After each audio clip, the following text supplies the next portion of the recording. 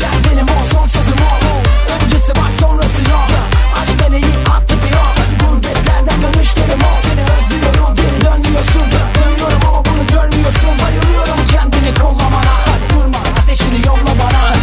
Gide gide çok zaman yoruldum. Yola geldim ben de senin oldum.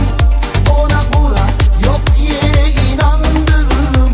Nasıl olsa benimsin sandım. Gide gide çok zaman yoruldum. Yola geldim ben de senin oldum. Ona buna yok yere inandım.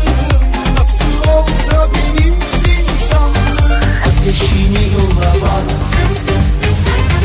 Kor alevler içindeyim bilmesen de. Daha sokul bana. Benim sana geldiğim gibi bana gelmesen de.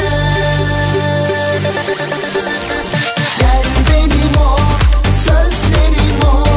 Gecelerim kalsın gündüzlerim ol. Düşlerim ol, gülüşlerim ol. Gurbetlerden geriye dönüşlerim ol. Gel benim ol, sözlerim ol.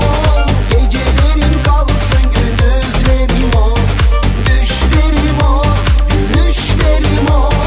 Gurbetlerden geriye dönüşlerim ol. Ateşini yolla, bana ateşini yolla. Gündüzüm ol, geceleri sorma. Daha sokul bana, hiç bağlamayalım sorunsalar. Bir siyah bir beyaz, bu ateş gibi yanarız ama yine de geriye dönmeyiz. Biliyorum sen de eskiyi özledin, yalan söylemiyor bak gözlerin.